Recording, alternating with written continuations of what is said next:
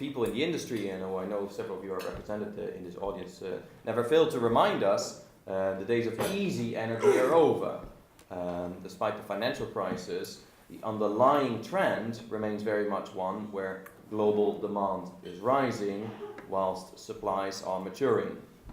The molecules are there, but the investments that are needed to bring these future supplies to the market run into literally hundreds of billions of dollars. And in a world where capital is scarce and investment climates are not always easy, this is an important challenge for all of us. Meanwhile, and I'd like to emphasize this, the climate stresses are increasing too.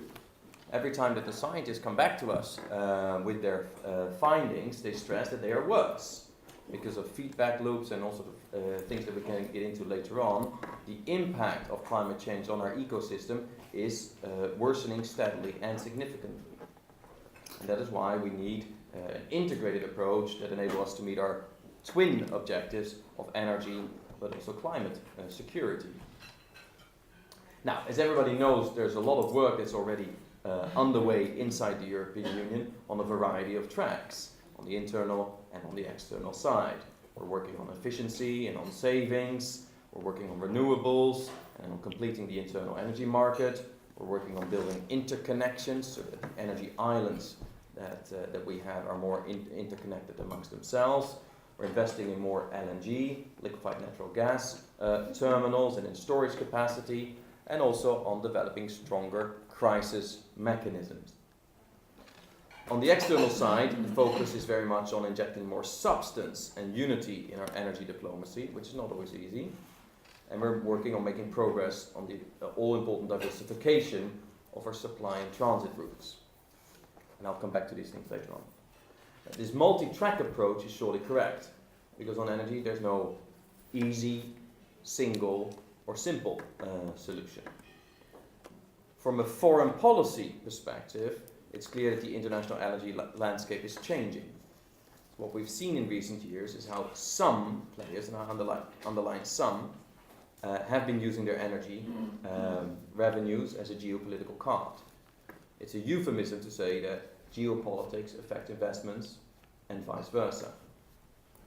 And hardly a day goes by that those of us who work on the foreign policy of the European Union are not confronted with the impact that energy has, from Russia and Ukraine and the crisis we had in January, to Sudan, Venezuela, from Iran to the Caucasus and beyond.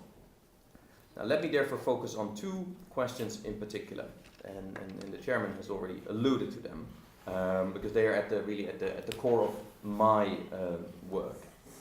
The first of this is, how will our energy objectives influence the choices that we have in our foreign policy? And second, what should be our response? And for obvious reasons, I'll also talk a little bit about the lessons of the latest Russia-Ukraine crisis. Now, to answer these questions, let me run through some of the things that we know or can expect. And the first thing we know is that Europe, collectively, will be importing a growing amount of its energy needs from abroad. Most estimates suggest that in 2030, which is not so far away from an energy perspective, we will be importing around 90%, 90, of our oil and 70% of our gas because of declining production inside the European Union. The second thing we know is that we have to take our energy from where we can find it. And it's also true that a large part of the world's oil and gas reserves lie in often unstable and undemocratic parts of the world, apart from Norway. This, by the way, is no accident, because recent academic research from Oxford University, but others too, has confirmed what many of us long suspected, which is that oil and gas-rich countries are, in this case, 9 times more likely to suffer from violent conflicts than those which are not resource-rich. Many experience, varying degrees, political instability, poor governance, and human rights abuses. Now, this is partly because oil and gas revenues often lead to corruption, rent-seeking behavior, and insufficient economic diversification. But also because they have shielded countries from external pressure, including from us, to promote good governance. But the third thing we know, is that apart from this internal dimension of the oil curse, that's how it's generally described, is that there's also an external dimension. Now, today's relatively lower prices are exposing the weakness of the petropower model. But in recent years, we've seen several times how some producers have used their revenues for purposes which we found problematic. We've seen that also that no matter how we choose to deal with such regimes, others have been willing to put their energy needs pretty much above everything else. And this in turn has made it more difficult to get their support for our broader foreign policy objectives. Now, what am I thinking of? I'm thinking of Darfur or Myanmar Burma and the role that energy plays in the calculations of China and India and others. Now, let me say a few points on what we can do from the foreign policy side, and I stress this again, to help achieve our energy objectives, because there are many other people working in Brussels on energy, but I'll focus on the foreign policy dimension to all this. This is what we could call energy security through your foreign policy, using your foreign policy relationship and instruments in support of your energy and climate objectives. And this is the bit that gets usually most attention. But surely the relationship also works the other way around. i.e., how can we ensure that energy issues are properly integrated into our wider foreign policy objectives? And this you could perhaps call energy security in foreign policy. But let's first go to the first one, energy security through foreign policy. Now, as everybody knows, greater diversification of supply and transit routes is both urgent and important. And essentially for two reasons. The first is that we need to diversify because of the growth in our future import requirements. As I mentioned earlier, Europe needs to import more of its energy.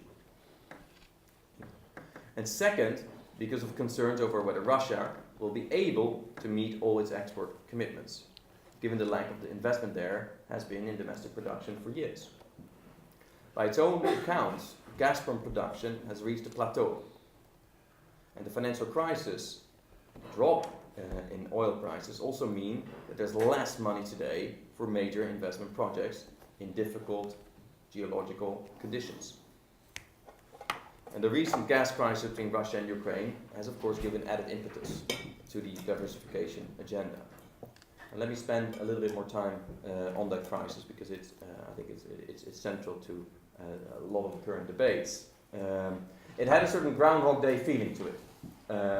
Here was another January, another crisis, once again sort of accusations of blackmail, of political interference. Once again, EU customers suffered because of a conflict between two parties that they were not directly party to. And once again, there was a spectacular lack of clarity and a game of smoke and mirrors. So far, so familiar. But I would argue it's not a simple rerun of the 2006 crisis, and it's worth analyzing the deeper reasons. There has, everybody knows, been a lot of speculation as to the supposed, or ascribed, or real political motives of both Russia and Ukraine for this crisis. And everybody here in this room, I'm sure, is familiar with these arguments. For Russia, it's about highlighting the fundamental, as they see it, Ukrainian unreliability, to boost Nord Stream and South Stream. It is to punish Ukraine for its pro-Western stance, and it is to also foment divisions amongst the Ukrainian political class. For Ukraine, the political motives included the desire to highlight the Russian bully tactics in order to solicit Western and EU support to balance what is fundamentally an asymmetrical relationship with Russia. And inside Ukraine, the political motives had a lot to do with the different players jockeying for position to be seen as the savior of the Ukrainian nation. It's also true that as the crisis went on, these political overtones increased. However, and I would suggest that the financial motives probably played as significant a role, and this is generally underplayed. But I think it's important because both Russia and Gazprom and Ukraine and Naftogaz face enormous financial constraints, which have been worsened by the financial crisis. And of course also in Russia's case, a significant drop in the oil price. But given the drop in the revenues, which some people estimate, in the case of Gazprom, to be at the level of 25 billion euros for this year alone in export revenues, this is a significant sum of money. It's not strange to see Russia trying to squeeze maximum revenue out of Ukraine. And it's not strange that it tries to leverage its position as the dominant supplier. It needs money to build Nord Stream and South Stream, whose costs in turn have doubled, roughly speaking, in 1 year. And Ukraine likewise is cash trapped. Ukrainian economy has been in free fall for about 3-4 months now. It has 16 billion standby arrangement with the IMF, but no agreement yet with the IMF on the release of the second tranche, etc. I mean, Ukraine, likewise, is in a very, very difficult financial position. So it too is understandable that it tries to leverage its key point, which is the dominance it has over the transit route. Now, what should be Europe's response? Essentially, I think we should accelerate, we should speed up the things that we've been identifying and talking about, but somehow never got around to do. Which is, build the interconnections, particularly in Central and Eastern Europe, so that we can get gas physically to where it's needed. And I'm very, very, very, very pleased that the last European Council last week finally agreed on a specific list of projects to do just that. We had a lot of lengthy and divisive debate for months, but we finished this now, and I think it's tremendously important to move this forward now. Relatively small sums of money, but it does a lot for your energy security. More gas storage, beefed up emergency procedures, all these things are now moving forward. And yes, as I mentioned, also more emphasis on the diversification of supply and transit routes. Now, talk of EU energy dependence is generally overdone, I think. Russia supplies overall 30% of the EU's gas needs. That's not too much. The problem has been the lack of connections, interconnections between these energy markets. And more widely and broadly, the EU is thankfully surrounded by quite a number of countries with significant reserves who are keen to sell to well-paying European customers. Now, at several occasions, the southern corridor, which is essentially the connection that we would like to build between the southeast of Europe, Caucasus, and the Caspian area, this southern corridor, Azerbaijan, later on Turkmenistan, Uzbekistan, has been identified by all of us as a strategic priority. But if you want to do this, you need to get a proper alignment of the interests of the suppliers, of the transit countries, and of the consumers. Now, the contribution here that the foreign policy community can give is to help to put energy questions in a broader package of engagement and partnership with these countries, because that's what the Caspian states are really after.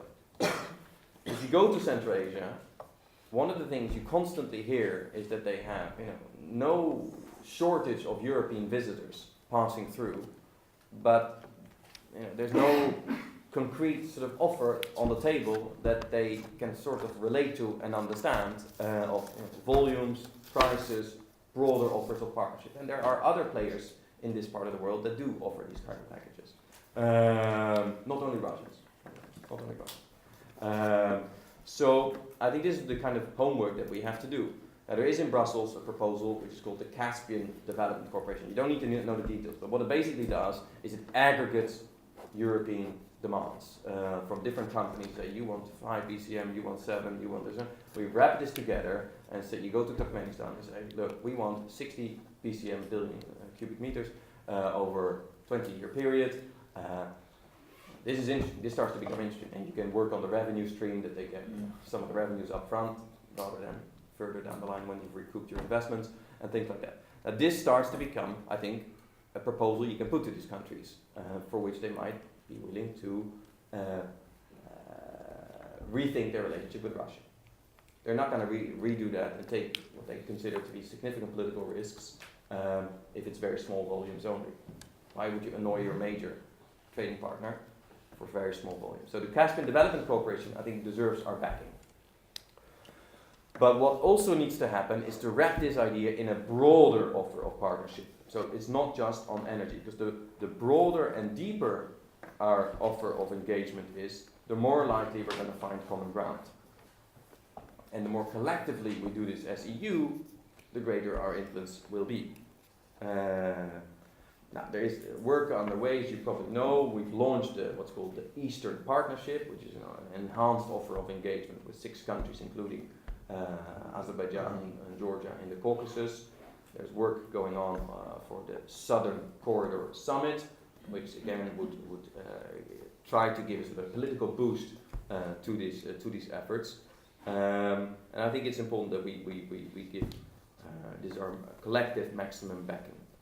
Now, of course, it's also true that there are, apart from this Caspian, there are many other countries that could meet Europe's growing gas import requirements. In North Africa, there's Algeria and Libya. Further down, there's Nigeria, Iraq, Egypt. One day, if circumstances change, of course, Iran. And we can think about how that do.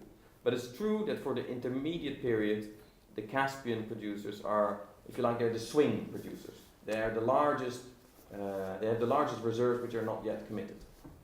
But it's also true that Russia and China are moving very, very rapidly in a very determined fashion, signing deals, big deals on production and pipeline projects with Turkmenistan, Uzbekistan, Kazakhstan, etc., etc. So their energy policy follows a very tight script.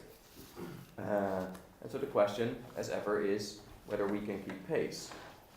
And for this, I think we need to be more united and a bit more disciplined. Because what cannot happen is that everybody's promoting sort of their preferred pipeline while undercutting those of others. Because the net result of this is that we all suffer. Now let me also, in view of the time, turn a little bit to the question of energy security in foreign policy. As I mentioned at the beginning, there are several ways in which the energy choices that we make and others make are affecting our foreign policy objectives. Because we have other objectives, not energy security is not the only one we have. We have objectives on human rights promotion, on conflict resolution, on non-proliferation, etc., etc. Now let me make here a link between, for instance, the non-proliferation policy of the European Union and the question of nuclear energy. Now, I know very well that the question of nuclear energy is a very sensitive political issue in our member states. But I think it's a fact, regardless of your own views on nuclear, it's a fact that there is a nuclear renaissance around the world. Because for reasons of energy security and of climate change, countries are going down this path. And if you look at the numbers, they're significant. Russia, China, and India are planning the construction of at least 100 nuclear reactors in the next 10 years. So this is significant. How we collectively respond to this expansion of nuclear power, I think, should be determined in part by our non-proliferation policy. We need to ensure that this nuclear renaissance takes place in a proliferation-proof manner. And here I think we need to look very seriously and throw our support behind the suggestion of the outgoing head of the IIEA, Mohammed Al-Baradei, for a multilateral nuclear fuel scheme. This is important to ensure proper synergies and coordination between energy and non-proliferation policies. It also helps you in the specific case of Iran. It's important in that context. Because there are many countries around the world that share our concerns as to the nature of the Iranian nuclear program. But they are, understandably, reluctant to accept new standards that would limit their access to civilian nuclear technologies. But there are other examples in which energy security in foreign policy thinking could be developed. Let me end with a word on trust. Both energy and international diplomacy depend a lot on trust. And in both cases there's a trust deficit. This is clear if you look at the behavior of consumers, of transit, and producing countries. Positions are hardening everywhere. And this is not good for the European Union. I think we have to think a little bit about how we can create greater trust and confidence, which is essential if you want, like we do, markets to function as openly as possible. Now, history suggests that agreed rules, open dialogue, and functioning politics are essential for generating trust, as are practical projects of cooperation. Now, it's true that there have been plenty of rules and principles already agreed among producers, but also with transit and consumer countries, to ensure this proper mix of open markets, transparency, of consensual negotiations. But I think we need to make more efforts on how we can collectively monitor and promote the implementation of these principles, rather than seek to have another go at defining an additional round of principles. It's clear that in the last few years, energy and foreign policy have become more interlinked.